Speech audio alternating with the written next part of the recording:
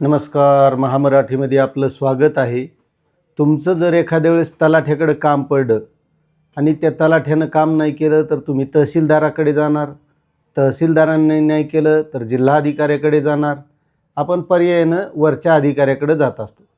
तसं आता दिल्ली इथं जंतर मंतरवर CJP आणि विद्यार्थ्याचं जे आंदोलन चालू आहे, काल परवा त्या आंदोलनामध्ये जी मारहाण झाली, या मारहाणीत जे काही विद्यार्थ्यांचं नुकसान झाले, त्यांना शारीरिक इजा झाले आहेत, सरकार मात्र या गोष्टी या विद्यार्थ्यांच्या ऐकायला तयार नाही.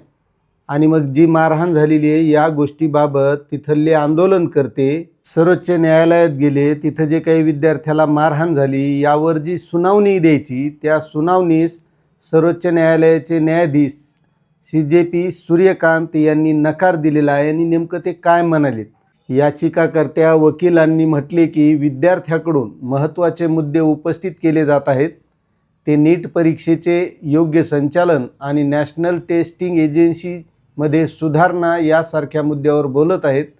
CJI सूर्यकांत यांनी त्यांना थांबवत म्हटले, खूप खूप धन्यवाद. याचिकाकर्त्या वकिलांनी सांगितले की पोलिसांच्या कथित क्रूरतेचे व्हिडिओ देखील आहेत.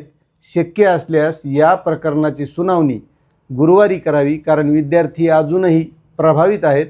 यावर CJI म्हणाले, आम्हाला व्हिडिओमध्ये रस नाही, आमच्याकडे पाहण्यासाठी वेळ नाही. आणि या अगोदर दिल्ली उच्च न्यायालयाने तातडीच्या सुनावणीस नकार दिला होता. मंगळवारी असेच एक प्रकरण म्हणजे काल दिल्ली उच्च न्यायालयातही पोहोचले होते.